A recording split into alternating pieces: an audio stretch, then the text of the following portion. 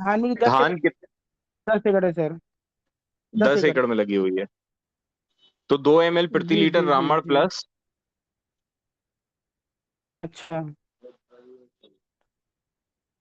जी। उसके साथ डेढ़ और एम एल सल्फर। उसके साथ 1.5 ml प्रति लीटर। चंदन सल्फर। जी, मेरी आवाज पहुंच रही है आप तक? सल्फर। जी जी जी, पहुंच रही है। 2 ml प्रति लीटर रामबाण प्लस। जी 1.5 ml प्रति लीटर नैनो सल्फर। जी जी। और ½ ml सजल मिला करके स्प्रे करवा दीजिए पूरी फसल पे। सर चलो, ठीक ठीक है सर। ठीक।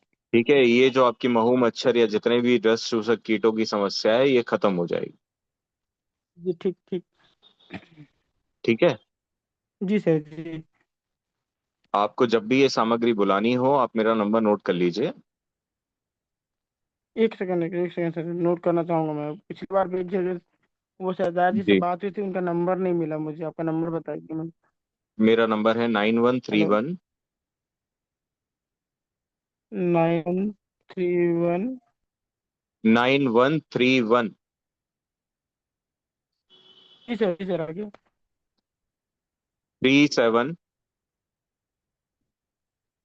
37 1256। 1256। जी। अच्छा, एक चीज और बताइए, क्या चीज? स्प्रे में पूरे 10 एकड़ में कितना पानी लग जाता है आपको? पानी तो सर अभी बरसात चल रही है, रोक के रखे हैं, उसी में ही लगता है सर। ऐसा तो हम देते नहीं किसी तरीके से। नहीं नहीं नहीं नहीं, वो नहीं बोल रहा हूँ। स्प्रे जैसे आप कोई भी टॉनिक का स्प्रे करते हैं। अच्छा, टंकी। हाँ जी। हाँ हाँ हाँ, टंकी तो टंकी ना। उसमें कितना पानी लगता है पूरे 10 एकड़ में?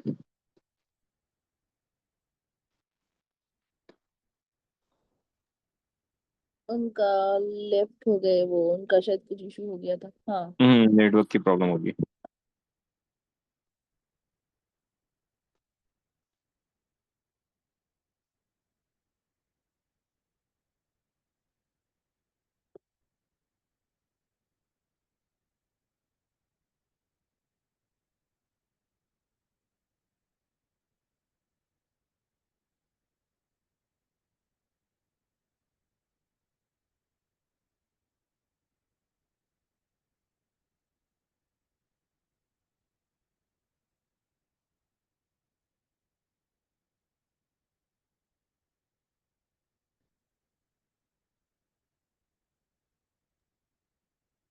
चंदन जी, आपको सुनाई दे रहा है अभी?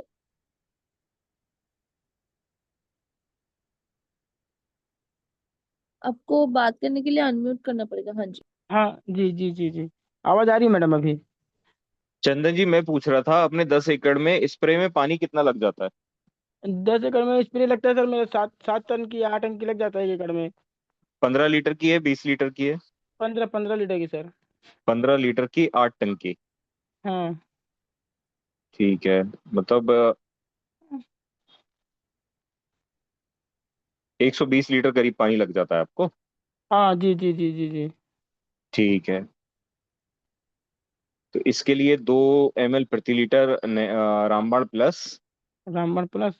डेढ़ एम ठीक है। L sulphur. हाँ। और और एक और क्या नाम बताया था मेरे को?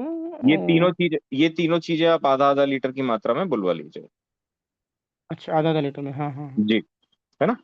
बुलाने के लिए कैसे करना पड़ेगा सर? आप मैंने जो आपको अपना नंबर दिया हुआ है, आपको फोन करता है सर। ठीक ठीक इस पे ठीक। इस पे आप पूरा अपना एड्रेस पिन कोड के साथ मुझे सेंड कर दीजिएगा। जी जी जी जी जी जी मैं जी आपका जी। ऑर्डर पंच करवा दूंगा। ठीक ठीक ठीक है सर, ठीक। ओके। धन्यवाद सर। जी, कोई और सवाल है? रमा जी, नीलेश जी, कैलाश जी, तो पूछ लीजिए। हम अभी भी थोड़ी देर और वेट करेंगे क्वेश्चन आंसर सेशन स्टार्ट करने से पहले। रमा जी, आपका कोई सवाल है? रमा त्यागी जी। हेलो मैडम जी। जी बोलिए। मैं ये बोल रहा था, जो पिछली बार जो मैं एक सरदार जी से बात हुई थी मेरी, उन्होंने जो मेरे को बताया थे, तो वो जो दवा थी मेरे को मंगानी थी, वो मैं लिख के रखा हूँ। अपने पास वो सब उनका नंबर चाहिए था मुझे, उनसे बात नहीं हो पाया मेरे से, थोड़ा बात करना था उनसे मुझे। केले के लिए क्या पूछा था क्या ना मैडम क्या ने, केले क्या क्या केले दवा बताई हुई थी? मेरे पास मेरी कॉपी में लिखी हुई है सर, उसको मेरे को मंगाना था, नंबर नहीं था उनका मेरे पास। तो कॉपी खेत में रह गई है, घर पे नहीं है वो मेरे पास अभी। चलिए, आप मेरे नंबर पे संपर्क कर लीजिएगा, मैं उनको हाँ बता हाँ। दूंगा। ठीक है। ठीक है, नहीं जी, आप मैंने दवाई अगर मंगाना रहा तो आपको बोल दूंगा तो आ जाएगा ना सर? हाँ हाँ, बिल्कुल बिल्कुल। हाँ ठीक ठीक, वही पूछा सर मैं, कुछ नहीं है। ठीक नहीं तन्मय जी, मेरा अभी कोई प्रश्न नहीं है। ओके जी, ठीक है ठीक है ठीक।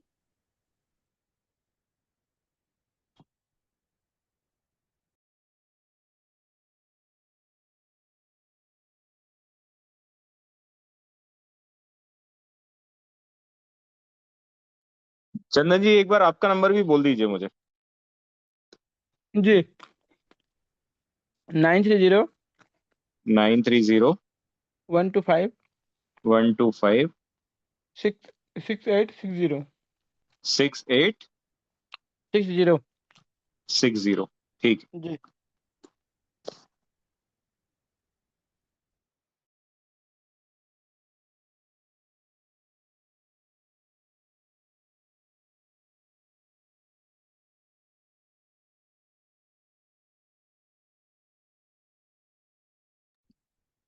नारायण जी, आपका कोई सवाल है? हम सेशन स्टार्ट करने से पहले अगर आप लोग का सवाल है तो आप पूछ लीजिए, हम थोड़ी देर और वेट करेंगे सेशन स्टार्ट करने से पहले।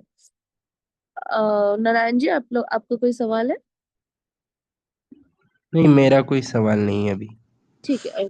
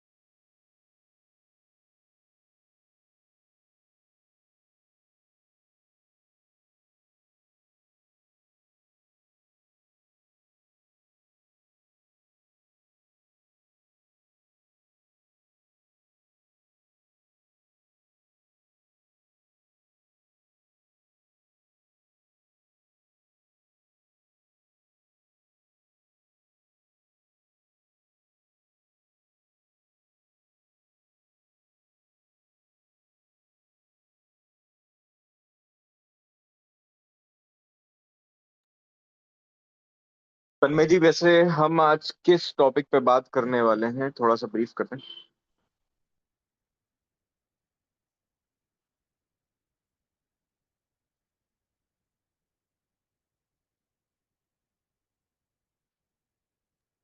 जी, हम हमारा जो आज का टॉपिक है वो एक बहुत इम्पोर्टेंट टॉपिक है। Soil preparation before crop. खेती करने से पहले सॉइल का जो प्रिपरेशन करना पड़ता है, वो उसके बारे में आज टॉपिक है, उसके बारे में आज हमने सवाल प्रिपेयर किया है। ठीक है। तो मैं जानना चाहूंगा कि हमारे जितने भी किसान भाई, जिस चंदन अग्रवाल जी ने बता दिया है कि ये 10 एकड़ में धान की खेती कर रहे हैं, बाकी कैलाश जी, नारायण जी, नीलेश जी और रमा जी, आप काई की खेती करते हैं और कितने एकड़ में कर रहे हैं, थोड़ी सी जानकारी मुझे दे दीजिए।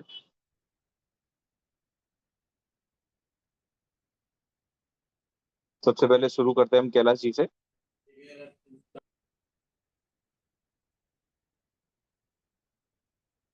Hello hello. कैलाश जी, मेरी आवाज? हाँ जी। यस, मेरी आवाज आ रही है आपको? जी हाँ, जी हाँ, आ रही है। हाँ जी, पहले तो मुझे ये पूछना है कि आप किस एजेंसी से बोल रहे हैं? ये मीटिंग किसकी चल रही है? जी, सोल ऑर्गेनिक फार्मिंग। अच्छा है। सोल में तो जितेंद्र जी कंडक्ट करते हैं, आप दीपक जी बोल रहे हैं ना? जी हाँ, जी हाँ, मैं दीपक बोल रहा हूँ। अच्छा, दोनों एक ही है? जी हाँ, जी हाँ, कोई भी एक्सपर्ट जुड़ता है जैसे किसान संवाद में, हाँ तो ये एक ही टीम का वर्क है ना? हाँ। तो आप किसी से भी सलाह मशवरा कर सकते हैं, कोई दिक्कत नहीं है उसमें। तो मेरी 15 एकड़ नींबू की खेती करता हूँ मैं। जी हाँ, तो टोटल 1500 1600 वहाँ पे पेड़ है। जी। और वो हो गए हैं अभी तक 8 साल 9 साल हो गए। ठीक है। तो मुझे जिस हिसाब से बाकी लोगों को नींबू आते हैं, फल आते हैं, हाँ। ऐसे मेरे यहाँ नहीं आ रहे, ऐसा मुझे दिखता है। अच्छा, हाँ हाँ। तो तो अभी तक इसमें जो 1600 प्लांट है, इसमें आप रासायनिक ही कर रहे थे या कुछ जैविक प्रक्रिया भी चल रही थी? पूरा पूरा 100% जैविक, राइट फ्रॉम फर्स्ट ईयर। अच्छा, ठीक है। हाँ हाँ। तो कुछ तो लोग ऐसे बोलते हैं कि भाई तुम केमिकल केमिकल के ऊपर जाओ, केमिकल नहीं कर रहे, इसकी वजह से वो ऐसा हो रहा है, फल कम आ रहे हैं। हमारे बाजू में हमारे रिलेटिव है, उनका भी 6 7 एकड़ का है। उनकी यहाँ अच्छे नींबू आते हैं, वो पूरा केमिकल करते हैं। मैं सर, थोड़ी सी जानकारी मैं आपसे चाहूंगा कि जैसे जैविक प्रक्रिया करते हैं तो इसमें क्या क्या करते हैं आप जैविक में? बाकी मैं कुछ नहीं करता हूँ, मैं तो सिर्फ वो जो एफ आई एम है वो डालता हूँ। ठीक है। वही। हाँ, मतलब टोटल 15 एकड़ में 30 से 35 ट्रैक्टर एफ आई एम डालता हूँ। और ठीक है। पानी, हाँ, पानी देता हूँ, पानी अच्छा है। और ठीक है। हाँ, तो ये कुछ चीज़ें जो है, जो अलग अलग एजेंसीज है, जैसे कुछ माइक्रो न्यूट्रिएंट देते हैं, वो मैं कंफर्म करता हूँ कि भाई ये जैविक है या केमिकल है। तो जब बोलते हैं कि जैविक है, तो मैं वो कभी कभी डाल देता हूँ माइक्रो न्यूट्रिएंट। चलिए, ठीक है। और ये भूमि आपकी है कहाँ पर, 15 एकड़ जो है? ये है महाराष्ट्र में, वाशिम डिस्ट्रिक्ट, नागपुर के एरिया में है। वाशिम डिस्ट्रिक्ट है। वहाँ से एक 25 किलोमीटर अंदर गांव में है। वाशिम डिस्ट्रिक्ट, वहां से 25 किलोमीटर अंदर? हाँ हाँ। देखिए वाशिम मेरी डिस्ट्रिक्ट। देखिए मेरी जो है लगभग 14 या 15 तारीख को नागपुर की विजिट रहेगी। हाँ हाँ। तो क्या हम एक बार विजिट कर सकते हैं आपके यहाँ? हाँ, बात ऐसी है कि देखिए, मेरी खेती तो वहाँ पर है, लेकिन हम्म। मैं रहता हूँ दिल्ली में। आप कहाँ पर रहते हैं? नई दिल्ली। नई दिल्ली में रहते हैं? हाँ, मैं यहाँ तो पर जॉब कर, मैं इंजीनियरिंग यूनिवर्सिटी में प्रोफेसर हूँ। जी जी जी। तो वहां पर हमारा ऐसा कोई कर्मचारी होगा जो मुझे मुलाकात करके पूरा फार्म घुमा सके? हाँ हाँ हाँ, वो हो सकता है। ठीक है। आप आपका और उनका दोनों का नंबर मुझे बता दीजिए, जब भी मेरी नागपुर की विजिट रहेगी तो मैं एक बार आपके फार्म पर होकर के आना चाहूंगा। अच्छा अच्छा अच्छा। हाँ हाँ। ठीक है। तो ये मैं क्योंकि आपको ऐसे, देखिए, ऐसे मैं आपको कोई भी सजेशन नहीं दे सकता जब तक मैं भूमि की और पौधे की कंडीशन देख नहीं लेता। हाँ हाँ हाँ। है ना? तो आपका तो और वो कर्मचारी जो है आपका, उन दोनों का आप नंबर मुझे दे दीजिए तो मैं आपसे कोऑर्डिनेट कर लूंगा। आप चाहेंगे तो मैं आपको उसके फोटोग्राफ और वीडियो भी शेयर कर सकता हूँ। जी। लेकिन जब जाना है तो आप जा भी सकते हैं, कोई प्रॉब्लम नहीं। ठीक लेकिन है। अभी, आप मुझे फोटोग्राफ और वीडियो तो भेज ही दीजिएगा। और हाँ अगर मुझे हाँ लगता है कि अगर फॉर्म विजिट करनी है तो फिर मैं अपने हिसाब से फिर डिसाइड करके फॉर्म की विजिट भी कर। हाँ हाँ। तो जितेंद्र जी से मेरी बात हो गई थी इसके बारे जी में। जी और हमारा discussion भी हो गया था कि भाई ये जो कुछ सॉइल टेस्टिंग कर ले। जी। हाँ, तो अभी मैं सॉइल टेस्टिंग का वो पीट्स कर रहा हूँ तैयारी। ठीक है। तो हाँ, तो वो कलेक्ट होने के बाद मैं भेज दूंगा आपके चलिए, यहाँ। चलिए, आप जितेंद्र जी से संपर्क में रहिए हाँ और हाँ। जो भी सजेशन देते हैं वो उसको करते रहिए आप। हम आपके पौधों में फर्क ले आएंगे, ये तो हम गारंटी से आपसे बोल सकते हैं। अच्छा। हाँ हाँ हाँ। तो विदाउट वो कर सकते हैं क्या सॉइल टेस्टिंग? नहीं नहीं नहीं, विदाउट सॉइल टेस्टिंग सर कुछ नहीं होता। हमें माइक्रो न्यूट्रिएंट के बारे में जानकारी चाहिए रहती है कि आपकी भूमि में माइक्रो न्यूट्रिएंट कितने हैं और कितनी मात्रा में हैं। हाँ हाँ। जब तक हमें ये पता नहीं चलेगा तब तक हम उस पर कोई भी प्रैक्टिस नहीं कर सकते। अच्छा। हाँ। ऐसे वो मैं आपको हवा में कोई चीजें बता दूं, उसके बाद फिर आपको रिजल्ट नहीं आए तो फिर बाकी कंपनियों की तरह आप हमसे भी यही कहेंगे कि हमने फ्रॉड कर दिया। हाँ हाँ हाँ है हाँ। ना? तो आप एक बार सॉइल टेस्टिंग करा लें, क्योंकि आजकल तो डॉक्टर भी सर बिना ब्लड टेस्ट के कोई भी ट्रीटमेंट नहीं करता नहीं, वो तो हो रहा है। है ना? आ, मुझे बताइए सॉइल टेस्टिंग के रेट्स कितने हैं, क्या है? जी। सॉइल टेस्टिंग के चार्जेस आप करते हैं क्या? नहीं, मैं नहीं करता है, मैं नहीं करता। हमारी एक एजेंसी से टाई अप है, जो हाँ कि हाँ आईसर कंपनी है, बहुत बड़ी, मोहाली में, चंडीगढ़ में। हाँ हाँ। तो हम वहां से तो प्रॉपर सॉइल टेस्टिंग करवाते हैं। उसमें सारी के सारे न्यूट्रिशन आ जाते हैं, कार्बन, पीएच, सीईसी, ईसी, सारी जानकारी मिल जाती है, फंगल डिजीज तक के बारे में जानकारी मिल जाती है आपको। क्या क्या तो जब उसके चार्ज लगते हैं? सर 7,000 रुपये। 7,000 रुपये लगते हैं क्या? Okay, okay. तो ठीक है, मैं वो सॉइल टेस्टिंग के प्रोसेस करता हूँ, उसके बाद में फिर बात कर लेते हैं। हाँ हाँ कैलाश जी, इतना मत सोचिए, क्योंकि ये साल में एक बार ही करवानी होती है, बार बार आपको हाँ। करवाने की आवश्यकता नहीं पड़ेगी। नहीं, लेकिन क्या है कि सॉइल सैंपल भी बहुत लेना पड़ेगा ना। मेरे total I have divided this total area into 7 plots. Okay. हाँ, तो 7 प्लॉट में मुझे फिर 7 सैंपल लेना पड़ेगा। 7 प्लॉट जो है, मिट्टी 50,000। मिट्टी मिट्टी का स्ट्रक्चर एक जैसा है वहाँ का? नहीं, कुछ प्लॉट में अलग है, कुछ प्लॉट जो है उसमें ब्लैक कॉटन सॉइल है, कुछ प्लॉट्स में रेड सॉइल है। अच्छा। प्लॉट में ऊपर रेड है 1 फीट का, और नीचे फिर ब्लैक कॉटन सॉइल है।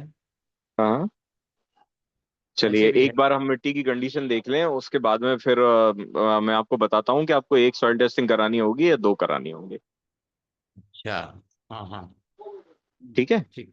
बाकी एक बार करा लीजिए ये, क्योंकि इसमें बहुत सहूलियत हो जाती है, और जितनी अधिक मात्रा में चीजें आपको लगेंगी उससे कम ही मात्रा में लगेंगी। हाँ हाँ हाँ हाँ। ठीक है ना? मैं अभी आपको सजेशन कुछ कर दूं और पता चले कि रिजल्ट नहीं आए, तो वो चीज अच्छी नहीं होती है। अच्छा, इसमें मुझे ये बताइए कि अभी देखिए आज है 9 अक्टूबर। जी। अभी स्वाइल निकालेंगे, स्वाइल ट्रांसपोर्ट होगी, वहां से फिर वहां जाएगी, वहां से फिर रिजल्ट के लिए थोड़ा कुछ दिन लगेंगे। कम से कम मुझे लगता है 15 दिन तो लगेंगे। 8 तो से 10 मुझे दिन का समय लगता है। हाँ, तो मुझे नहीं, तो ये सैंपल आप हमारे यहाँ से कलेक्ट कर लेंगे ना? बिल्कुल बिल्कुल, कलेक्ट हो जाएगा आपके यहाँ से। जैसे ही तो आप रजिस्ट्रेशन डन करते हैं, वैसे ही आपके यहाँ से 2 दिन में कुरियर उठ जाता है। हमारा जो है वो छोटा सा गांव है, तो क्या वहां पर भी आदमी आता है आपका कुरियर वाला? तहसील प्ले देखिए अगर आप पहुंचा देंगे तो वो बेस्ट रहेगा, या कुरियर वाला जो आपका गांव लगता है उसका मुझे पिन कोड भेजिएगा, उस पर मैं चेक करके बता दूंगा कि कितने दिन में वो वहां से उठा लेगा।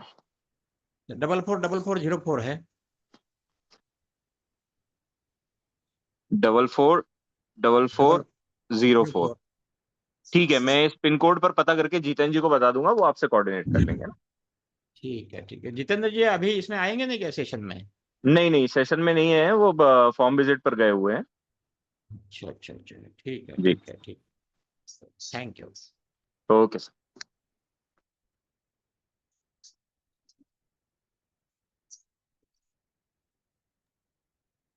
ओके दीपक जी, हम स्टार्ट करें या और किसी किसान का कोई सवाल हो तो पूछ लेने दीजिए। ठीक है, ओके। नारायण जी, आपका कोई सवाल है? नहीं जी, मेरा भी कोई सवाल नहीं है। नीलेश जी। हेलो। हेलो। हाँ जी, चंदन जी बताइए।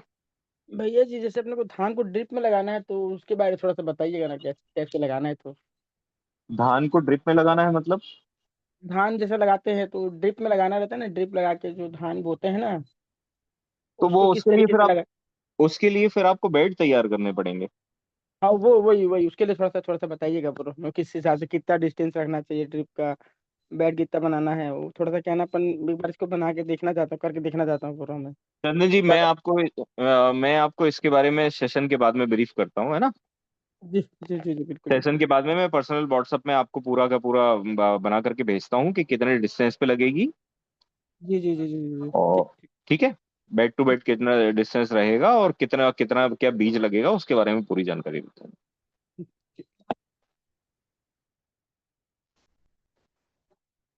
रामा जी आप कुछ बोल रही थी, शायद मैंने आपको रोक दिया था उस समय। रमा त्यागी जी।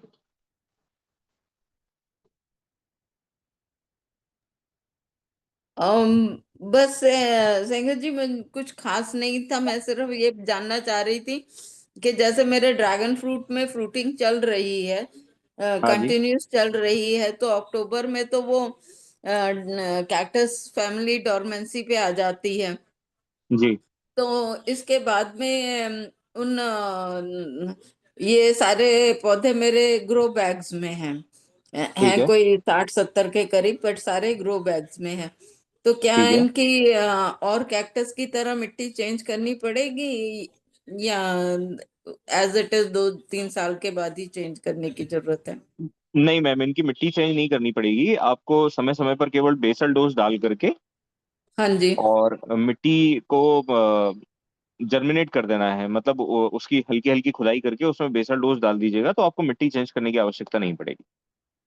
ठीक है, क्योंकि नॉर्मली हम सारे कैक्टसेस में 2-3 साल बाद चेंज करने की अगर जरूरत हो तब करते हैं, तो उसी जी जी जी। तरीके से इसमें भी है। पर जी फीडिंग तो अब स्टॉप करी जाएगी अक्टूबर के बाद में, जी हाँ, जी हाँ मैम। है ना? तो जी फिर फरवरी में पूरा पूरा फुल डोज देके, और फिर कंटिन्यूसली उसी तरीके से माइक्रो न्यूट्रिएंट्स का स्प्रे देते रहना पड़ेगा। जी। इसकी जब आप फ्रूटिंग कंप्लीट ले लेते हैं तो इसमें जैसे अपन खेत में जुताई करते हैं ना हर फसल के बाद में, हाँ जी। तो इसकी हल्की हल्की सी खुदाई करके और उसकी मिट्टी को ऊपर नीचे कर दीजिएगा, तो उसमें माइक्रो न्यूट्रिएंट की जितनी भी कमी है वो पूर्ति हो जाएगी, और कुछ चीजें जो सजेशन में देते हैं हम लोग आपको, वो आप जी चलाते रहिए बस समय समय पर। ठीक है, थैंक ठीक है। यू। बाकी पूरी मिट्टी चेंज करने की आवश्यकता नहीं है उसमें। ठीक है, thank you. Okay ma'am. Okay. हाँ जी तन्मय जी, अब हम शुरू कर सकते हैं। जी जी भैया। ठीक है, हम स्टार्ट करते हैं। तो आज के टॉपिक के बारे में आप थोड़ा बहुत अगर इंट्रोडक्शन में कुछ कहना चाहते हैं तो कह सकते हैं, सॉइल प्रिपरेशन बिफोर क्रॉप्स। देखिए आज हम जिस टॉपिक पे बात करने वाले हैं वो फसल से पहले की तैयारी जो होती है मिट्टी की, उसके बारे में बात करने वाले हैं। और ये मिट्टी की जो तैयारी है वो अलग अलग फसलों के हिसाब से अलग अलग तैयारी आपकी रहती है। ठीक है, तो आज हम इसी के बारे में थोड़ी सी चर्चा करेंगे, और आपके मन में अगर इसको लेकर के कोई सवाल आते हैं तो आप हमें बता सकते ओके, तो हम पहले क्वेश्चन से स्टार्ट करते हैं। किसी भी फसल की बुवाई से पहले मिट्टी की तैयारी क्यों जरूरी होती है? हैं।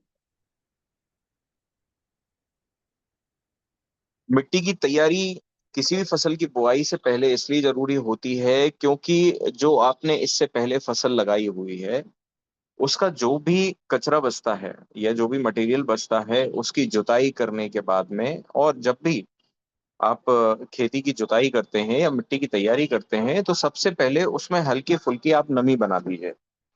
इससे क्या होगा कि जब भी आप जुताई करने जाएंगे तो फसल निकालने के बाद में एक समय के बाद मिट्टी बहुत ज्यादा हार्ड हो जाती है। जैसे 10 से 15 दिन आपने फसल निकालने के बाद में भूमि को छोड़ दिया, तो भूमि की मिट्टी जो है बहुत ज्यादा कड़क हो जाती है, तो उसमें नमी बनाने के लिए आपने सबसे पहले स्प्रे के द्वारा या फ्लड इरिगेशन के द्वारा या ड्रिप के द्वारा, जैसे भी आपने व्यवस्था करके रखी हुई है, उसमें हल्का हल्का पानी चला दीजिए, जिससे मिट्टी में नमी बन जाती है। और नमी बनाने के बाद में इसकी जुताई हो जाती है। जुताई हम इसलिए करते हैं क्योंकि हमारे जो माइक्रो न्यूट्रिएंट तत्व हैं वो मिट्टी की निचली सतह में पहुंच जाते हैं। तो नॉर्मली फसलों में जो है वो जुताई होती है 6 से 7 इंच। जो भी बक्खर कल्टीवेटर जो भी आप चलाते हैं, रोटावेटर चलाते हैं, वो ऊपरी मिट्टी में 7 इंच 8 इंच तक की जुताई होती है। और यहीं अगर प्लांटेशन वगैरह आप करते हैं तो ये 2 से 3 फीट के गड्ढे करने के बाद में उसके बाद में प्लांटेशन होता है। अच्छा, जब हम बेड तैयार करते हैं किसी भी फसल के लिए, जो आप बेड पर लगाना चाहते हैं, वो जब आप बेड तैयार करेंगे तो उसमें हमें 1 फीट तक जुताई करनी होती है, 1 फीट तक की मिट्टी निकालनी होती है। और इस मिट्टी को अच्छी तरीके से भुरभुरा करने के बाद में वो बेड तैयार किया जाता है। ठीक है, तो ये हर फसल के पहले आपको ये तैयारी खेत की करनी है। और इसमें जो भी माइक्रो न्यूट्रिएंट की पूर्ति हो सकती है वो आप कर दीजिए। ओके, सो अगले सवाल पे हम चलते हैं। खेती शुरू करने से पहले किसान को मिट्टी की तैयारी के लिए कौन कौन से शुरुआती कदम उठाने चाहिए? डिपेंड करता है फसल के ऊपर। जैसे आप किसी भूमि में प्लांटेशन करने वाले हैं, कोई भी फ्रूट प्लांट लगाने वाले हैं या सब्जी वर्गीय फसल करने वाले हैं, तो शुरुआती कदम में सबसे पहला जो कदम हमारा होता है वो होता है मिट्टी परीक्षण का, जो कि 90% किसान भाई नहीं करते। ठीक है, अगर आप मिट्टी परीक्षण करा लेंगे तो उसमें हमें आपके खेत में जितनी भी आपने इससे पहले रासायनिक प्रक्रियाएं की हैं, कोई भी आप रासायनिक प्रक्रिया करते हैं, जैसे यूरिया डीएपी का इस्तेमाल करते हैं या खरपतवार नाशक का इस्तेमाल करते हैं, उससे हमारी जमीन में माइक्रो न्यूट्रिएंट तत्व की कमी आ जाती है। उन माइक्रो न्यूट्रिएंट तत्व की पूर्ति करने के लिए हमें उनकी मात्रा के बारे में जानकारी चाहिए रहती है, जो कि मिट्टी परीक्षण से ही होती है। आप अंदाजे से कोई भी चीज डालेंगे तो वो आपकी फसल को नुकसान ही पहुंचाने वाला है। अब मान लीजिए कि आपकी जमीन में आयरन और सल्फर की मात्रा भरपूर है, लेकिन किसी ने आके सजेस्ट कर दिया कि आपकी खेती में सल्फर और आयरन कम है, आप ये डाल लीजिए, तो वो फसल को नुकसानदायक होता है। हम जैसे कोई भी भोजन करते हैं, अगर अगर हम अपनी खुराक से ज्यादा खा लेते हैं तो हमें अपच की समस्या हो जाती है। यही चीजें मिट्टी के साथ भी होती हैं। ठीक है, तो सबसे पहला कदम हमारा ये है कि कोई भी आप खेती की शुरुआत कर रहे हैं, कहीं से भी कराएं, आप एक बार मिट्टी परीक्षण जरूर करा लें। प्लांटेशन और सब्जी वर्गीय फसल में हमें टोटल जानकारी चाहिए रहती है, micro nutrient, EC, CEC, carbon, pH, water holding capacity, fungal disease, इन सारी चीजों के बारे में हमें जब जानकारी होगी तो हम आपको एक सही प्रॉपर डोज सजेस्ट कर पाएंगे। ठीक है, अंदाजे से हम कोई भी आपको डोज सजेस्ट नहीं कर सकते। हाँ, अगर कोई धान, गेहूं या फिर सरसों की फसल ले रहा है तो उसको बेसल डोज डाल करके कंटिन्यूअस जल आप चलाते रहिए। ठीक है, जीवाणु जल चलाते रहिए, जैव रसायन चलाते रहिए। ये प्रक्रिया लगभग आपको 1 से 2 साल करनी रहेगी। 2 साल बाद आपकी मिट्टी में परिवर्तन आपको दिखाई देने लगेगा। ठीक है, पहला कदम तो हो गया आपका सॉइल टेस्टिंग का। उसके बाद जब भी आप जुताई करते हैं तो उसके साथ साथ हम जो आपको सजेस्ट करेंगे, जैसे बेसल डोज हो गया, बेसल डोज में आपका गोवर्धन खनिज खाद हो गया, अगर आपके पास कंपोस्ट खाद अवेलेबल है तो वो आप ले सकते हैं। साथ में इसके प्रति एकड़ आपने 1 किलो सुरपाल डालना है, 250 ग्राम नैनो महिराजा डालना है, 500 ग्राम फफूंद भक्षक पाउडर डालना है। ये सारी चीजें खेत में छिड़काव करने के बाद में, उसके बाद मिट्टी में कल्टीवेटर रोटावेटर चला करके इसको मिक्स कर दीजिए। अभी हमारी जमीन में सबसे ज्यादा कम मात्रा जो है वो कार्बन की है। कार्बन के बिना फसल बहुत अच्छी आ जाए, इसकी तुलना नहीं कर सकते। इस चीज को बढ़ाने के लिए हम धीरे धीरे प्रक्रियाएं करते रहेंगे।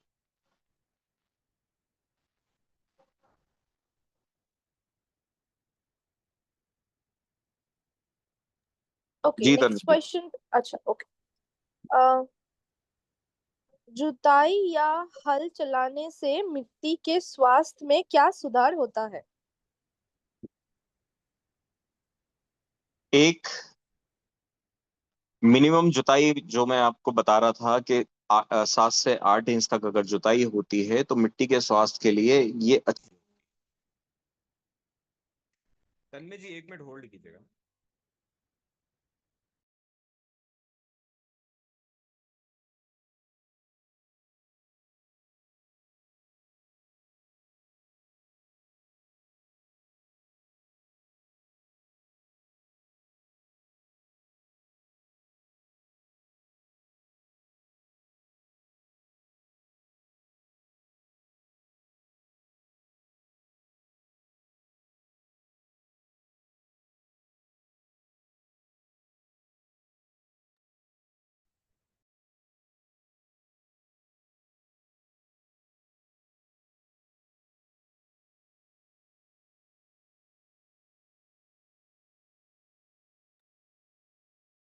जी तन्मय जी, हम कहाँ थे?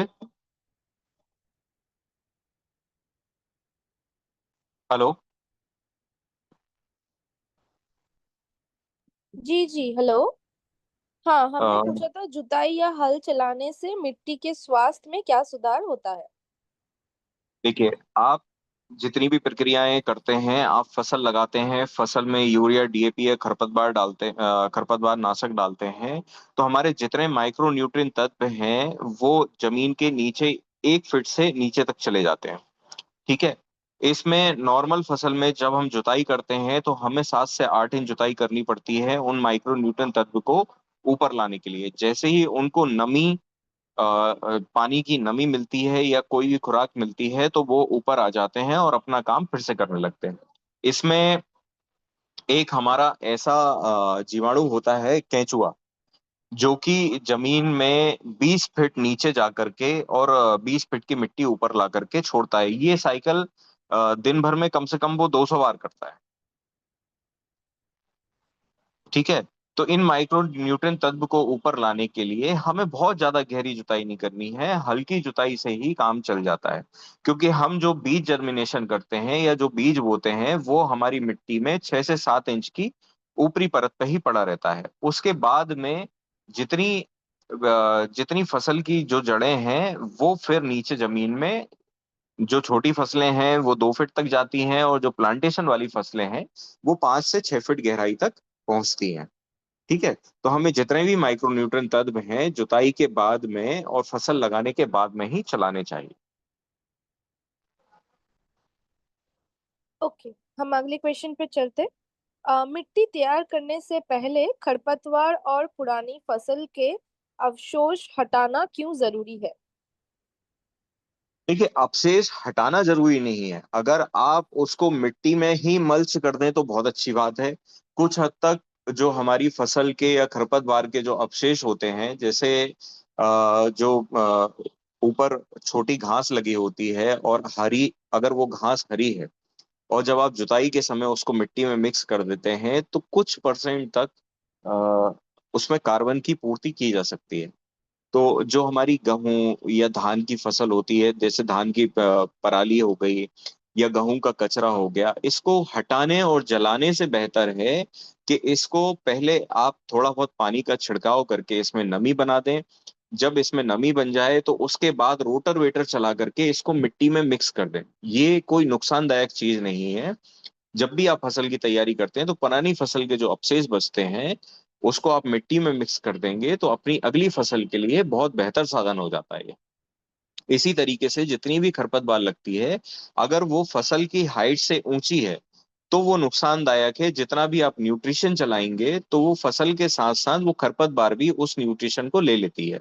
लेकिन अगर खरपतवार छोटी है तो उसको नष्ट करने का कोई मतलब नहीं निकलता, क्योंकि जितना भी आप खरपतवार नाशक डालते हैं वो खरपतवार नाशक ऊपरी हरी घास को तो जला देता है लेकिन उसकी जड़ों को खत्म नहीं कर पाता। उसकी जड़ों को खत्म करने के लिए हमें जुताई करके और रोटर बेटर चला करके मिट्टी में उसको मिक्स कर देना है, जो कि आपकी अगली फसल के लिए लाभदायक सिद्ध होगा। ओके, किसान फसल लगाने से पहले मिट्टी की उर्वरता और पोषक तत्वों की जांच कैसे कर सकते हैं। मिट्टी की उर्वरक क्षमता और पोषक तत्वों की जांच करने के लिए मैंने आपको तरीका बताया कि मिट्टी परीक्षण करवाइए। इसमें हमें मिट्टी की उर्वरक क्षमता और उसमें क्या क्या न्यूट्रिशन डालना है उसके बारे में जानकारी मिल जाएगी, और किन किन पोषक तत्वों की कमी है उस मिट्टी में उसके बारे में जानकारी हमें सिर्फ मिट्टी परीक्षण के द्वारा ही मिल सकती है। अगर आप मिट्टी परीक्षण के अलावा अगर आप डायरेक्ट फसल लगाते हैं और फसल लगाने के बाद में मिट्टी में कुछ डिफिशियंसी आती है तो डिफिशियंसी में आपको अलग अलग प्रोडक्ट का छिड़काव करना रहता है, जो कि हर फसल में अलग अलग समय में अलग अलग बीमारी आपको देखने को मिलेगी। कभी फसल पीली पड़ जाती है, कभी रतुआ रोग लग जाता है, कभी महू मच्छर आ जाते हैं, कभी कीट आ जाते हैं। तो ये समस्या अलग अलग फसलों में अलग अलग समय पर आपको देखने को मिलेगी। तो इन समस्याओं से बचने के लिए हम जब मिट्टी परीक्षण करवाएंगे तो उसमें जैसे सल्फर की कमी होगी, फास्फोरस की कमी होगी, नाइट्रोजन की कमी होगी, मैग्नीज, मैग्नीशियम, या कार्बन, कॉपर, जिन तत्वों की भी कमी होगी, हम उन तत्वों पर अच्छी तरीके से काम कर सकेंगे। ठीक है, तो मिट्टी की उर्वरक क्षमता बढ़ाने के लिए और मिट्टी में पोषक तत्वों की जानकारी के लिए हमें मिट्टी परीक्षण कराना अनिवार्य होता है। ओके। मिट्टी की तैयारी में जैविक खाद या कंपोस्ट की क्या भूमिका होती है? देखिए, जिस तरीके से अभी रासायनिक पदार्थों का उपयोग किया जाने लगा है, तो मिट्टी में हवा की क्षमता या ऑक्सीजन की क्षमता कम हो गई है। इस क्षमता को बढ़ाने के लिए हमें जैविक प्रक्रियाओं में कंपोस्ट खाद और बाकी चीजों का इस्तेमाल करना होता है। सिर्फ एक कंपोस्ट खाद के इस्तेमाल से या किसी भी एक चीज के इस्तेमाल से इस समस्या को दूर नहीं किया जा सकता। इसके लिए समय समय पर अलग अलग तरीके की प्रैक्टिस करनी होती है, जिसमें आपकी जमीन में वायु संचार बढ़ेगा। वायु संचार बढ़ने के साथ साथ आपकी मिट्टी की उर्वरक क्षमता में भी फर्क आएगा। और इसके बाद में आपकी मिट्टी जो है वो जिस तरीके से चाय पत्ती रहती है उस तरीके से भुरभुरी करने में भी मदद करेगा। जितनी नरम मिट्टी रहेगी उतनी ही अच्छी फसल रहेगी और फसल का उत्पादन भी उतना ही अच्छा आएगा। अभी हमारी मिट्टी में इतनी ज्यादा हार्डनेस बढ़ गई है, इतनी ज्यादा कड़क मिट्टी हो गई है कि उस फसल में बहुत ज्यादा गहरी जुताई भी करनी होती है। और साथ ही साथ जब फसल लग जाती है तो फसल में अलग अलग तरीके की समस्याएं देखने को मिलती हैं। ठीक है, तो इसमें सबसे पहला जो हम काम करते हैं वो हम मिट्टी में बदलाव लाने के लिए या उसमें रासायनिक पदार्थ कम करने के लिए, इसके सिर्फ एक तरीका नहीं है, अलग अलग तरीके हैं। जिसमें जो भी आपको अच्छा लगता है या जो भी आपको आसान लगता है वो आप अपना सकते हैं। इन तरीकों के बारे में मैं आपको थोड़ी सी जानकारी दे देता हूँ कि पहला तरीका हमारा ये है कि आप प्रति एकड़ इसमें कंपोस्ट खाद, कच्चा गोबर नहीं, जो घूरे वाला गोबर आता है वो नहीं डालना है। ठीक है, कंपोस्ट खाद या तो आप इसको घर पे कंपोस्ट कर लीजिए या आपको मिल रही हो कहीं से तो वहां से ले लीजिए। कंपोस्ट खाद प्रति एकड़ 2 से 3 ट्राली आपको खेत में डालना है और ये हर साल डालना पड़ेगा। ठीक है, जिससे धीरे धीरे करके मिट्टी में बदलाव आएगा और जब मिट्टी गोबर के साथ में मिक्स हो जाएगी तो आपकी खेत की मिट्टी धीरे धीरे करके नरम होती चली जाएगी। पहला तरीका तो ये हो गया। ठीक है, दूसरा तरीका ये है कि अगर आपके आसपास कोई तालाब है जिसमें कभी भी कोई भी रासायनिक पदार्थ नहीं गया हो, उस तालाब की मिट्टी आप कम से कम 5 ट्राली उस तालाब की मिट्टी अपने खेत में डाल सकते हैं। तीसरा तरीका हमारा यह है कि जो हमारे खेत के आइट साइड से जो मैड़ जाती है, जिसमें रासायनिक पदार्थों की मात्रा बहुत कम जाती है, जाती ही नहीं है। ठीक है, तो वहां से आप निचले स्तर की 5 फीट की मिट्टी खुदवा करके अपने खेत में पटक डलवा दीजिए, तो उसमें भी आपके खेत में रासायनिक पदार्थों की मात्रा कम हो जाएगी। अगर ये सारे तरीके आपको महंगे लगते हैं तो दीपक जी, ऑक्साइड। दीपक जी मैं बीच में इंटरफेयर कर रही हूँ, मेरा इंपॉर्टेंट कॉल आ रहा है, आप प्लीज कंटिन्यू करेंगे 5 मिनट के लिए? ठीक है, ठीक है, ये सारी प्रक्रियाएं अगर आपको बहुत ज्यादा कॉस्टली लगती हैं, बहुत ज्यादा महंगी लगती हैं, तो खदानों से निकलने वाली जो मिट्टी होती है, जो ऑक्साइड फॉर्म की मिट्टियां होती हैं, वो आप अपने खेत में प्रति एकड़ सॉइल टेस्टिंग के बाद में जो हम सजेस्ट करेंगे उसके अनुसार आप अपने खेत में डलवा सकते हैं। ठीक है, ये प्रक्रियाएं आपको करनी है। और इसके साथ साथ हम जब ये तैयारी खेत की कर लेते हैं तो हमें इसमें जीवाणु विस्थापित करने होते हैं। जीवाणु विस्थापित करने के लिए आप जब भी फसल में पानी लगाते हैं तो उस समय आप प्रति एकड़ 200 से 400 लीटर जीवाणु जल जाने दीजिए। इन जीवाणुओं के भोजन के लिए आपने मीठा जैव रसायन तैयार करना होता है। मीठा जैव रसायन भी जीवाणु जल के साथ में आप 30 से 40 लीटर अपने खेत में प्रति सिंचाई के साथ जाने दें। ये जीवाणु आपके खेत में अपनी एक कॉलोनी को डेवलप करेंगे। जब इनकी ये कॉलोनी पूरी तरीके से डेवलप हो जाएगी तो उसके बाद आपको खेती में कुछ भी प्रक्रिया करने की आवश्यकता नहीं पड़ेगी। आपने सिर्फ बीज उपचारित करके बीज लगाना है और उसके बाद में समय समय पर कुछ प्रक्रियाएं करनी पड़ेंगी। बस इसके अलावा आपको कुछ भी करने की आवश्यकता नहीं होगी। इस पूरी प्रक्रिया को कंप्लीट होने के लिए कम से कम 1 साल का समय आपको अपनी भूमि को देना होगा।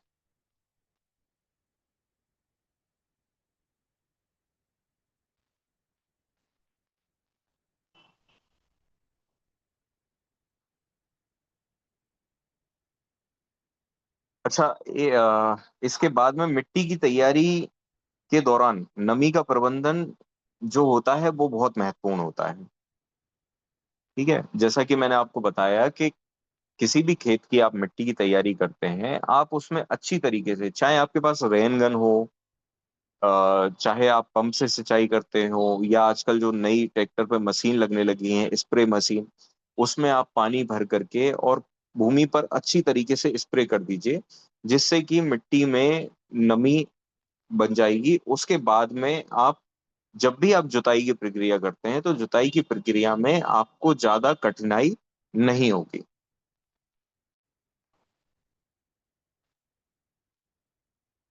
ठीक है, इसलिए मिट्टी में नमी बनाए रखना आवश्यक है, क्योंकि हम जो भी फसल निकालते हैं, चाहे वो गेहूं की हो, धान की हो, या कोई प्लांट निकाल रहे हो, या सब्जी वर्गीय फसल निकाल रहे हो, तो हमें उसको 1 से 1.5 महीने पहले तक पानी देना बंद करना होता है, जिसकी वजह से मिट्टी पूरी तरीके से कड़क हो जाती है। फसल निकालने के बाद में आजकल तो जनरली हार्वेस्टिंग कटाई हो गई है, तो फसल निकालने के बाद में आप पानी का छिड़काव करके उसके बाद में आप जुताई करें, बखर वगैरह चलाएं, तो उससे आपकी जो जमीन में जुताई है वो बहुत आसान हो जाती है। ठीक है, अब हमारा अगला सवाल है, सही तरीके से मिट्टी की तैयारी करने के बाद रासायनिक खादों की जरूरत बाद में कैसे कम की जा सकती है। अगर आप जैविक पर जा रहे हैं, अगर आप जैविक खेती कर रहे हैं, जैसा कि अभी कैलाश जी ने बताया था, ये काफी समय से जैविक खेती कर रहे हैं लेकिन इनको रिजल्ट नहीं आ रहा है, तो रिजल्ट के लिए हमें कुछ प्रक्रियाएं करनी होती हैं। और जब आप धीरे धीरे करके इन प्रक्रियाओं में पूरी तरीके से आ जाते हैं, रासायनिक खादों का उपयोग बिल्कुल बंद भी कर देते हैं, तो भी आपकी फसल को कोई ज्यादा नुकसान नहीं होगा। हाँ, जैसा कि अभी आप धान गेहूं में मान लीजिए 17-18 बोरे या 20 बोरे की फसल ले रहे हैं, तो इक्का 1-2 बोरे का अंतर आ सकता है, इससे ज्यादा कोई अंतर नहीं आने वाला, क्योंकि हमने जो सारी व्यवस्थाएं की हुई हैं वो किसान भाइयों की सहूलियत और फसल को क्या क्या न्यूट्रिशन की आवश्यकता होती है उसके आधार पर की हुई है। तो इसमें आपको किसी भी रासायनिक खाद के इस्तेमाल की आवश्यकता नहीं पड़ेगी। ठीक है, इसमें हम कार्बन की पूर्ति भी करेंगे, इसमें हम पीएच को मेंटेन भी करेंगे, इसके साथ साथ फसल में जिन जिन न्यूट्रिशन की आवश्यकता होती है वो न्यूट्रिशन की पूर्ति भी करेंगे। साथ ही साथ अगर फसल में कोई भी कीट वगैरह की समस्या आती है तो उसके प्रबंधन के लिए भी हमारे पास संपूर्ण व्यवस्था हमारे द्वारा की गई है। अभी तक जितने भी किसान भाई जैविक पद्धति कर रहे थे उनको केवल जमीन में जीवाणु विस्थापित करने के लिए बताया जा रहा था, लेकिन बाकी समस्याओं से कैसे लड़ें, बाकी समस्याओं का निदान कैसे निकालें, उसके बारे में अभी तक किसी के पास कोई भी उपचार नहीं था। हमारी संस्था ने इन सारी चीजों को ऑब्जर्व किया और उसके बाद में इन सारी व्यवस्थाओं को करने के बाद हम किसान भाइयों तक अपनी सारी चीजें लेकर के पहुंचे। ठीक है, तो आपको रासायनिक पदार्थों की जब भी आप जैविक खेती शुरू करते हैं आपको किसी भी रासायनिक पदार्थ की आवश्यकता नहीं पड़ेगी। हाँ, एक खरपतवार की समस्या जो आती है, तो खरपतवार के लिए मैंने आपको बता दिया है कि छोटी खरपतवार आपको नुकसानदायक नहीं है, वो कोई न्यूट्रिशन नहीं उठाती है, वो आप बंजर जमीन में भी अगर आप छोड़ देंगे तो वो खरपतवार ऑटोमेटिक उग जाती है। इसके दीपक लिए जी, हाँ जी। Sorry for disturbance. ये आप जैसा बोल रहे हैं कि कुछ अपने मिट्टी में कमी है, उसके बाद सॉइल टेस्टिंग करना है, जो कमी है वो फिर आप आपके प्रोडक्ट देके वो कमी को पूरी कर देंगे, बराबर है? नहीं नहीं, प्रोडक्ट देके नहीं कर देंगे सर। इसमें हम आपको सजेस्ट करेंगे कि आपको क्या क्या चीजें डालने की आवश्यकता पड़ सकती है। हाँ, और प्रोडक्ट भी आपके पास है उसके उसकी पूर्ति करने के लिए? जी हाँ, जी हाँ, सारे हाँ। न्यूट्रिशन पूरे करने के लिए प्रोडक्ट भी तैयार किए हुए हैं, आप चाहें तो उनका भी इस्तेमाल कर सकते हैं। अच्छा अच्छा। तो ऐसा इसके पहले आपने किया होगा, तो आपका सक्सेस रेट क्या है? 100% सक्सेस रेट है? मतलब मान लीजिए इसके पहले किसी ने जो किया है, आपके कहने के हिसाब से ही किया हुआ है पूरा 100% इन टोटो, तो उसको कुछ रिजल्ट अच्छा मिला है? ऐसा क्या आपका फीडबैक क्या है? सर हमारा फीडबैक यही है कि जिन किसानों के साथ भी हम संपर्क में हैं, ठीक है, लगभग आप ये समझ लीजिए कि मेरे संपर्क में, मैं आपको बता देता हूँ कि 100 किसान हैं और वो 100 किसानों का सक्सेसफुली रेट आया। अच्छा। ठीक है, जो 100। भी जो भी हाँ, जो भी प्रक्रिया मैंने कराई है, लेकिन उसके लिए हमें किसान के भी साथ की आवश्यकता पड़ती है। जैसे मान लीजिए मैंने आपको कोई शुरुआत करवाई है, ठीक है, आज मैंने आपको कोई स्प्रे बताया कि सर आज आपको ये स्प्रे करना है, अब वो किया है या नहीं किया है वो आप मुझे जानकारी देंगे। वो तो मैं आपको गारंटी दूंगा कि भाई जी आप ऐसा बोलेंगे 1 साल के रोटेशन में, मतलब जी आज हम आपके साथ आए हैं और आज जी से आप ऐसा बोलेंगे, जो दवा बोलेंगे वो दवा हम डालेंगे, जी, जैविक वाली ही दवा होंगी वो। और ऐसा करने के बाद साल के बाद क्या आज मुझे जो प्रॉब्लम आ रहा है इसके ऊपर मुझे सॉल्यूशन मिलेगा? बिल्कुल मिलेगा, इसकी जवाबदारी सर हमारी है। हाँ हाँ। इसके इसके लिए समय समय पर जब भी आपको गाइडेंस चाहिए रहेगा तो मैं आपको फोन पर गाइडेंस करूंगा। जब भी आपको फार्म विजिट की आवश्यकता होगी तो हमारे द्वारा फार्म विजिट भी की जाएगी। हम्म। तो फार्म विजिट के कुछ चार्जेस होते हैं? आने जाने का कुछ थोड़ा बहुत खर्च प्रोवाइड करना होता है, बस इसके अलावा कोई चार्जेस हमने एक्स्ट्रा नहीं रखे हुए हैं। ठीक है, प्लीज कंटिन्यू। ठीक है, तो ये सारी मेरे द्वारा जानकारी मैंने आपको दे दी है। अब इसमें किसी भी किसान भाई का कोई सवाल हो तो आप पूछ सकते हैं। सर मैं पूछा था धान के लिए सर आपसे, वो धान को कैसा लगाना है अपने को ड्रिप में, सॉइल प्रिपरेशन करके उसको। मैंने बताया ना चंदन जी, मैं आपको पूरा व्हाट्सअप करके लिख कर भेज दूंगा ये सारी प्रक्रिया, जी है जी ना। जी जी। धान लगाने के लिए बहुत ज्यादा गैप की जरूरत नहीं होती है। हम्म, 3x3 का या 3x2 का लगा सकते हैं, कोई दिक्कत नहीं है उसमें, है ना। अच्छा और अच्छा। बहुत ज्यादा डिस्टेंस इसमें देना नहीं होता है, बस केवल एक नाली की जगह छोड़नी होती है, जो हाँ आप हाँ आधा हाँ। फीट 1 फीट की दूरी आप रख सकते हैं। जी जी जी जी जी, देखिए, ठीक। हम जब प्लांटेशन करते हैं किसी भी क्रॉप, किसी भी प्लांट का हम प्लांटेशन करते हैं तो उसके लिए हमें दूरी की आवश्यकता पड़ती है। हाँ हाँ हाँ हाँ, धान के लिए तो नहीं लगेगा इतना ज्यादा।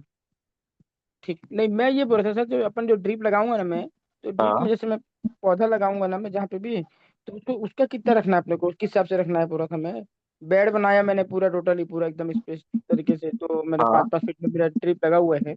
उसको फिर उस हिसाब से फिर 2-2 फीट का बेड बनाऊंगा, फिर उसके ऊपर अपना ड्रिप को बिछाऊंगा। फिर उसका जो पौधा जी, लगाऊंगा ना, तो वो कैसे लगाऊंगा बोल रहा हूँ मैं। उसमें सारी खाद दे दिया, जैसे मैं गोबर ले आया अपना, उसको कंपोस्ट बना के, पूरा कंपोस्ट बना हुआ रखा है मेरे पास अभी भी। दे ठीक नहीं है। पाया सर, देखिए, उतार नहीं पाया, तो मैं क्या है ना, मैं सुना था कि ड्रिप में भी करते हैं धान की खेती, लेकिन वो किस तरीके से करते हैं वो समझ में आज तक नहीं आया सर। मैंने बहुत बार देखा वीडियो, बहुत बार समझा, लेकिन नहीं समझ में आया मुझे। इसके हाँ। लिए भूमि की तैयारी करनी होती है पहले। जी जी जी जी। जब आप बेड तैयार करते हैं तो उससे पहले मिट्टी में जैसे आप कंपोस्ट खाद मिला लीजिए या गोवर्धन खाद हाँ मिला लीजिए, और जो मैंने आपको सामग्री बताई, सुरपाल हो गया, नैनो महिराजा हो गया, हाँ फफूंद हाँ हाँ भक्षक पाउडर हो गया, इसको मिट्टी हाँ में हाँ डाल करके मिट्टी में अच्छे से मिक्स करना है, रोटर वेटर चला करके। हाँ हाँ हाँ। सबसे पहले ध्यान ये रखिए कि जब भी आप ऐसे बेड पर धान लगाने वाले हैं तो सूखी मिट्टी में कभी भी बखर मत चलाइएगा, अच्छा।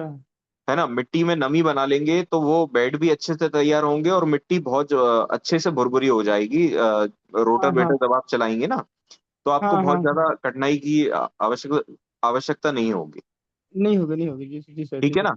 तो जी। इसमें आप नमी बना दीजिए, और नमी बना पानी के छिड़काव के 1 या 2 दिन बाद, एक दिन पानी का हाँ आपने छिड़काव कर दिया और एक दिन हाँ आपने धूप धूप लगने दी, और उसके बाद में फिर आप कल्टीवेटर रोटर वेटर जो भी आप चला करके मिट्टी मिक्स करेंगे, तो उससे पहले हाँ कंपोस्ट खाद या गोवर्धन खाद का बेसल डोज बना दीजिए। बना लूंगा जी सर, जी सर। ठीक है। अब ठीक क्यारी ठीक ठीक। बनाने के लिए 1-1 मीटर की चौड़ाई रखनी होती है। अच्छा हाँ, वही पूछ रहा था सर मैं, 1 फीट की, 2 फीट की, ठीक है 5 फीट की, हाँ हाँ हाँ हाँ। जी, एक एक एक मीटर मीटर की चौड़ाई रखनी होती है और 10 से 15 सेंटीमीटर ऊंचाई रखनी होती है। जो आप मिट्टी अच्छा अच्छा, चढ़ाएंगे बेड के ऊपर वो 10 से 15 सेंटीमीटर ऊपर रहेगी। ऊपर रहेगी, हाँ हाँ हाँ हाँ। जी। ठीक ठीक ठीक है। ठीक, मैंने जो और ऊपर में जो ड्रिप ड्रिप बिछेगा वो एक ही बिछेगा, सिंगल बिछेगा उसमें, हाँ, 1 मीटर सिंगल में? में काम हो जाएगा। सिंगल में हो जाएगा ना, वही बोल रहा हूँ मैं, जी सिंगल हाँ, में हो जी हाँ, जाएगा ना? सिंगल में काम हो जाएगा। हाँ हाँ और जो क्यारियों के बीच की जो दूरी रहेगी हाँ। वो आपकी 30 से 50 सेंटीमीटर रहेगी। अच्छा हाँ। मतलब तो आधा फीट लगभग मान लीजिए। मैंने पौधे से पौधे के, मैंने जो रोप करूंगा उसके लिए बोल रहे हैं ना, धान की रोप करने के लिए?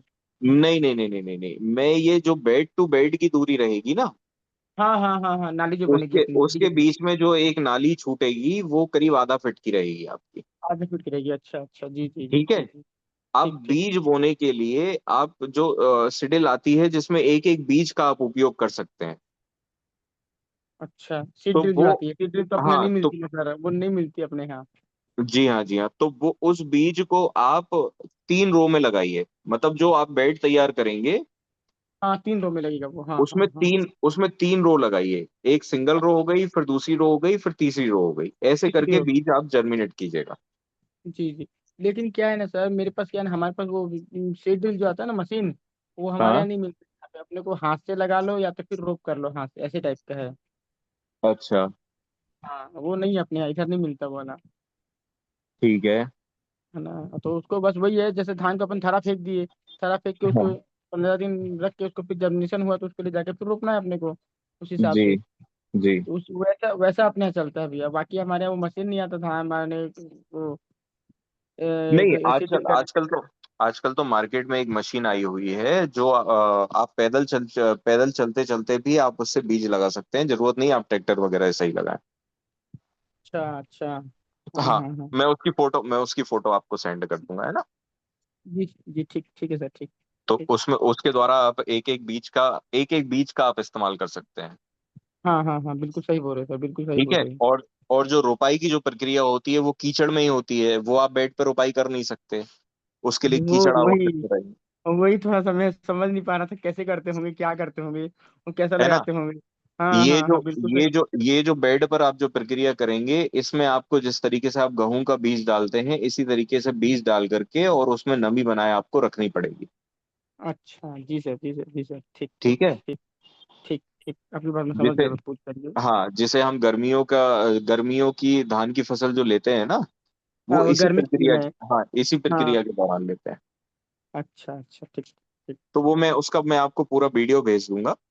हाँ हाँ हाँ, बिल्कुल सर, बिल्कुल बिल्कुल, थोड़ा सा भेजिएगा सर, मैं देखूंगा उस हिसाब से, फिर अभी लगाऊंगा पूरा गर्मी में इस साल। ठीक है ना। जी बिल्कुल। जी। और इसमें जो जब आप बीज लगाएंगे तो बीजों का अंकुरण करना है आपको 24 से 48 घंटे। अच्छा, हाँ हाँ हाँ हाँ हाँ। ठीक जी है। जी, ठीक इसमें ठीक बीजों ठीक। के अंकुरण करने के लिए मैं बीज उपचार करने का पूरा तरीका आपको भेज दूंगा। हाँ हाँ, भेज दीजिएगा सर, उसमें भेज बीज दीजिएगा। उपचारित करके आपको जो जूट का बोरा आता है उसमें 24 से 48 घंटे उसको लपेट करके रख देना है। कर दे। हाँ हाँ हाँ। ठीक है। तो इसमें क्या रहेगा, जब भी आप बेड पे लगाएंगे तो बीज का अंकुरण अच्छी तरीके से होगा और जल्दी होगा। जल्दी होगा जी जी, ठीक ठीक। ठीक है। जी सर, जी सर, बिल्कुल बिल्कुल, ठीक।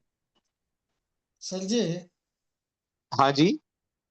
खरपतवार के लिए आप बोलते हैं कि उसको खरपतवार नाशक नहीं मारने का, तो जी। फिर खरपतवार कंट्रोल कैसा करने का? सर, खरपतवार कंट्रोल आपकी धीरे धीरे करके होगी जैसे आप जैविक प्रक्रिया अपनाते हैं। और हाँ, जैविक प्रक्रिया में आप गोवर्धन खाद या कंपोस्ट खाद का इस्तेमाल करते हैं। जैसे जैसे आपकी मिट्टी में ऑक्सीजन की मात्रा बढ़ती जाएगी वैसे हाँ, वैसे आपके खेत की खरपतवार ऑटोमेटिक 70% तक आपकी कम हो जाती है। बात सही है, मगर शुरू में क्या करने का? अभी तो शुरू मालूम में पड़ेगा ना। शुरू में मैं आपको बता देता हूँ कि शुरुआत में आप खरपतवार कंट्रोल करने के लिए अपना देसी एक पंजा बनता है। देसी, पंजा पंजा। हाँ, जैसे निदाई गुड़ाई कर एक तरीका है निदाई गुड़ाई कराने का। बराबर, पर लेबर की समस्या के चक्कर में निदाई गुड़ाई हो नहीं पाती है। बिल्कुल नहीं, पोषत ही नहीं है ना? तो दो लेबर रख करके एक पंजा बनता है, जैसे अपने हाथ की उंगलियां हैं इसी तरीके का एक पंजा बनेगा, लोहे का बनता है वो। हाँ, तो उस पंजे से आप खरपतवार बड़ी आसानी से, जब भी आप पानी लगाते हैं उसके दूसरे तीसरे दिन वो पंजा पूरे खेत में चला दीजिए तो आपकी खरपतवार निकल जाएगी। और ठीक। ये जो खरपतवार निकलेगी ना, हाँ, तो इसको आपको फेंकना नहीं है, इसको वापस से मिट्टी में मल्च करवा देना है। बराबर। तो इससे क्या रहेगा कि आपकी भूमि में एक आपकी भूमि में जो है कार्बन की कुछ परसेंट तक मात्रा आपकी भूमि में बढ़ जाएगी, बढ़ेगी। अगर आप निरंतर ये प्रक्रिया करते रहते हैं तो। बिल्कुल सही, राइट। क्योंकि अभी भी हम जो प्रक्रिया है, या जो हम प्रक्रिया करते हैं या किसान भाइयों से करवा रहे हैं, वो यही है कि खेत में हरी घास लगाइए, हरी घास लगाइए या तिल लगाइए, उसको फिर रोटावेटर कल्टीवेटर से मिक्स कर दीजिए, तो वो हरा करेक्ट, चारा आपका कार्बन की मात्रा की पूर्ति करेगा। करेक्ट। तो ये प्रकृति ने हमें नेचुरल कार्बन दिया हुआ है, ये खरपतवार के रूप में। बराबर। पर एक होता है ना, रासायनिक वालों ने बिल्कुल दिमाग में बिठा रखा है कि खरपतवार हमारी दुश्मन है, या जैसे दीमक होती है, दीमक दुश्मन है, तो दीमक भी दुश्मन नहीं है, खरपतवार भी दुश्मन नहीं है। यस। दिमाग भी कार्बन ही बढ़ाती है ना खेत में। नहीं नहीं, दीमक कार्बन नहीं बढ़ाती, दीमक जो आपकी जमीन में फसल में जो फंगस लगती है, हाँ। उस फंगस को खाने का काम करती है सर। अच्छा। दीमक का आप कभी भी रूटीन देखिएगा, हरी चीजों को वो कभी नहीं खाएगी। हाँ, सूखी हुई चीज खाएगी। हरी चीजों को कभी नहीं खाएगी, सूखी हुई चीजें, जैसे फंगस के कारण अगर किसी पौधे की जड़ सूख गई है या गल गई है, हाँ, तो दीमक फिर उसको खा करके खत्म करती है। बराबर। तो उसको खाने के बाद जो भूसा नीचे गिरता है, हाँ। उससे कार्बन बढ़ता है, ऐसा किसी ने बताया था। ये मैंने सुना था, इसलिए पूछ रहा हूँ, बाकी कुछ अब जैसे मान लीजिए कि आपने गेहूं की फसल लगाई। नहीं। यस। गेहूं की फसल लगाने के बाद में आपने कटाई कर दी।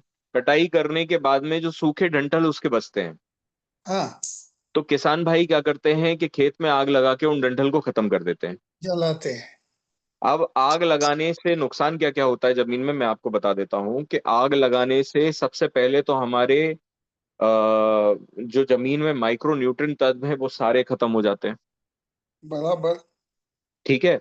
दूसरा, जो नेचुरल कार्बन जो गेहूं का निकला हुआ है, वो आपने आग लगाकर खत्म कर दिया। ठीक है। बराबर। यही प्रक्रिया, इसकी जगह अगर आप जैसे ही गेहूं की कटाई होती है उसके 1 या 2 दिन बाद पानी का छिड़काव कीजिए, जिससे मिट्टी में हल्की फुल्की नमी आ जाती है। बराबर। ठीक है। उसके बाद जुताई करके उस कचरे को उसमें मिक्स कर दीजिए। मिक्स करने के बाद में उसमें रोटावेटर चला दीजिए, जो पूरे कचरे को बारीक कर देता है। बराबर। तो ये आपकी खेती में कार्बन बढ़ाएगा। पक्का बढ़ाएगा। माइक्रो न्यूट्रिएंट जितने भी होते हैं, या यस। हमारे जितने भी जीवाणु होते हैं, उनको किसी प्रकार का कोई नुकसान नहीं होगा। नहीं होगा। एक तरीके से आप उनको बारीक करके भोजन के रूप में आपने प्रोवाइड कर दिया। वही कर दिया। यस। मैं तो ठीक है ना? वैसा ही करता हूँ कई सालों जी। से। तो ये प्रक्रिया को धीरे धीरे कर करके अभी हमारे यहाँ तो कई किसान ऐसे हैं जिन्होंने आग लगाना पूरी तरीके से बंद कर दिया। बस जब सही उनको बात। हाँ, जब उनको ये अवेयरनेस हुई कि हमारी मिट्टी जो हार्ड हो रही है वो बहुत ज्यादा रासायनिक पदार्थों का उपयोग करने से और ये आग लगाने से हार्ड हो रही है। बराबर। राइट। ठीक है। यस तो सर। ये प्रक्रिया को आप थोड़ा सा बदलाव करने की आवश्यकता है, बाकी आपकी मिट्टी स्वस्थ है। साल भर का समय लगेगा। साल भर में आपकी मिट्टी इतनी स्वस्थ हो जाएगी कि आपको किसी भी रासायनिक पदार्थ की और ज्यादा जैविक प्रक्रिया करने की भी आवश्यकता नहीं पड़ेगी। Right sir, right. ठीक है।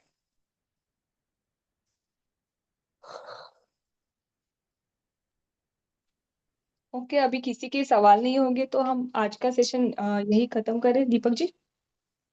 जी बिल्कुल, अगर किसी किसान भाई का कोई सवाल नहीं है तो आज का सेशन हम खत्म करते हैं।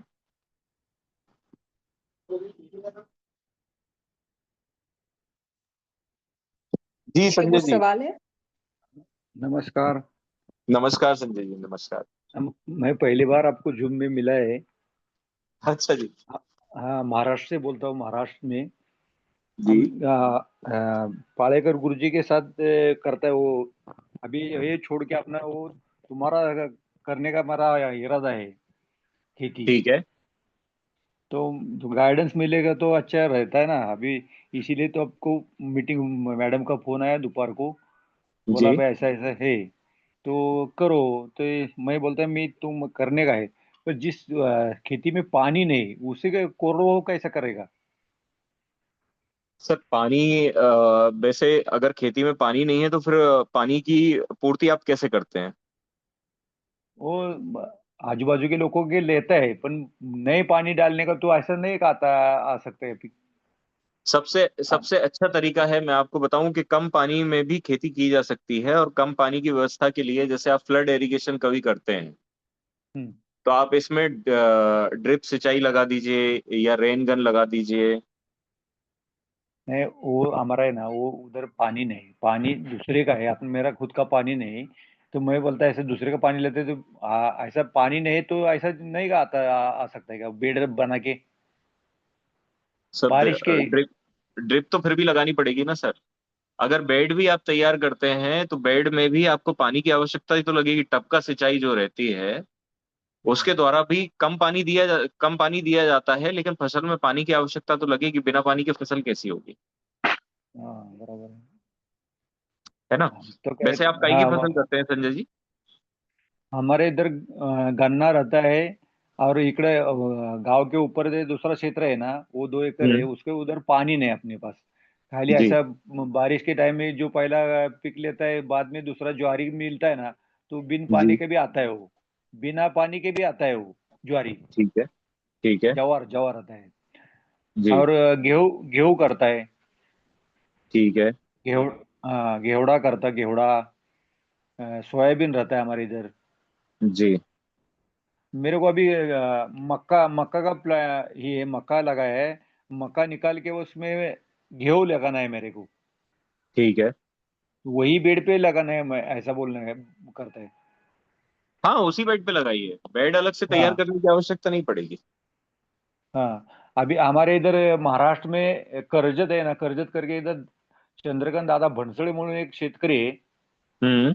वो एसआरटी तंत्र निकला है उसने, एसआरटी तंत्र। तो एसआरटी हम्म। में क्या है, एक बार बेड बनाया ना, हाँ। वापस जुताई करने का नहीं खेती की। हाँ।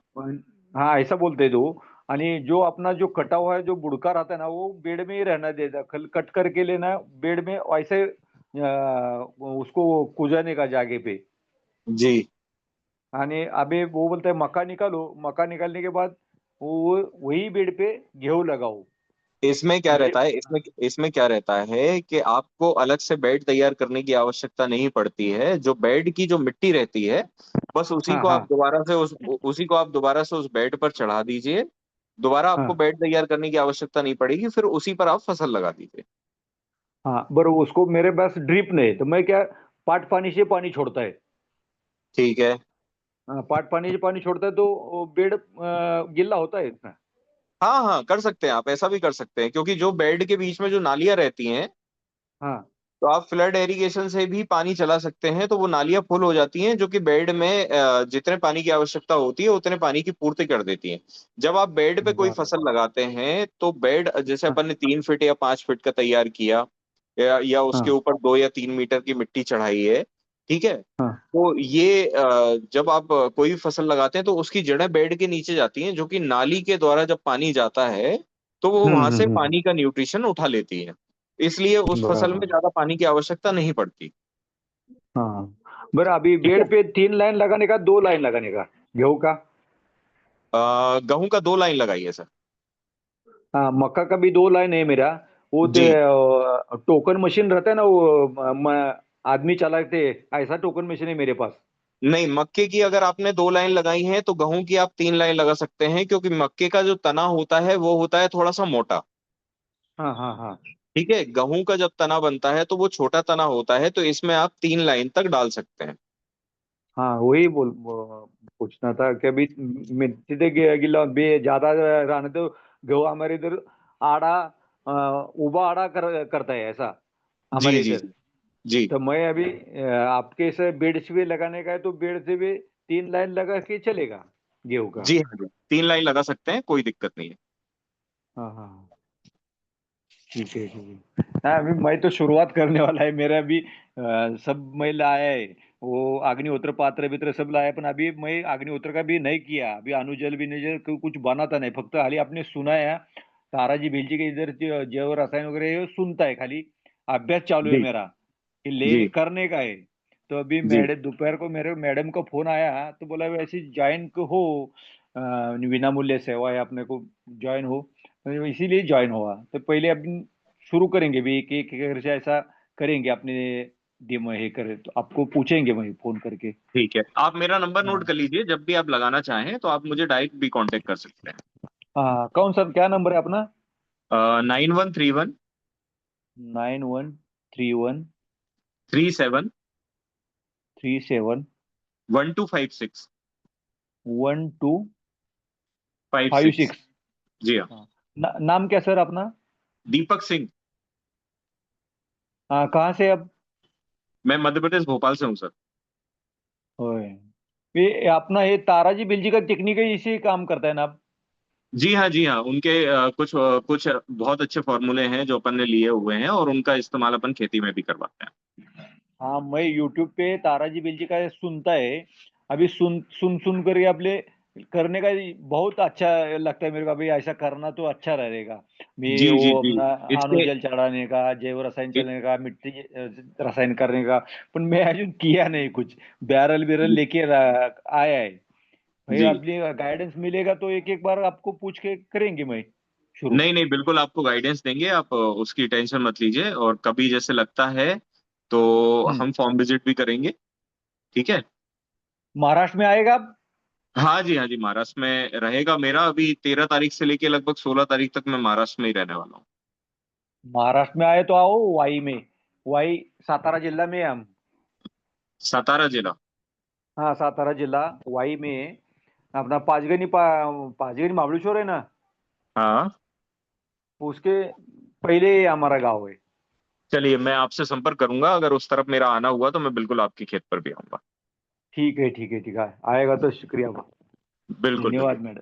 हाँ, ओके। ओके, नमस्ते सर। नमस्कार जी। ओके सर, फिर अभी समय हो चुका है तो आज का सेशन हम क्लोज कर दें दीपक जी। जी बिल्कुल। नमस्कार सभी किसान साथियों को। सभी नमस्ते सभी को धन्यवाद नमस्ते। आज के लिए, आज जुड़ने के लिए। और दीपक जी आपको भी धन्यवाद, आपने बहुत अच्छे से आज किसानों के सवालों के जवाब दिए। ओके, तो फिर मिलते हैं, धन्यवाद सब। जी। धन्यवाद धन्यवाद।